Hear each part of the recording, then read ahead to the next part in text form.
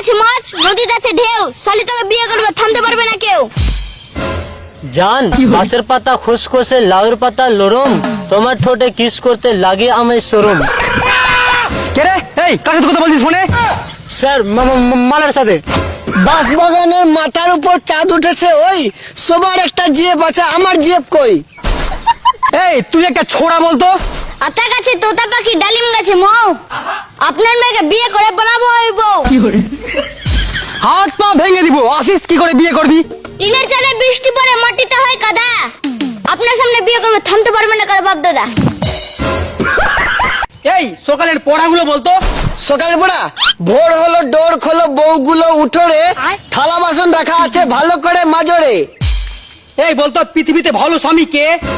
ভালো স্বামী যে বউয়ের কাজ করবে কষ্ট দেখে আরেকটা বউ ঘরে আনে, সে হলো আসল স্বামী। এই চুপ। এই তুই বলতো 5 থেকে 2 বাদ দিলে কত হয়? জানি না স্যার। তুই এইটুকু জানিস না? তুই একটা আস্ত বড় গরু।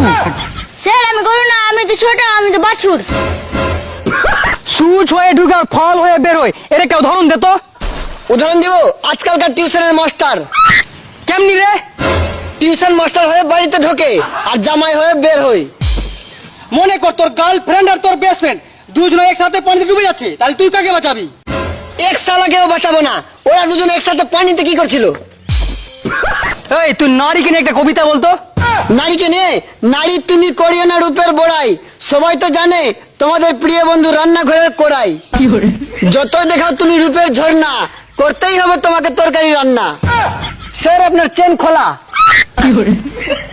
Thank you. কি বলেন স্যার? ঠেঙে গু? ঠেঙে গু না রে পাগল, থ্যাংক ইউ এটা হলো ইংলিশ শব্দ। ওইটা না বলে আরেকটা বলতে পারতেন, ভাড়ে গু ভাড়ে গু। পাগল, ওটা ভাড়ে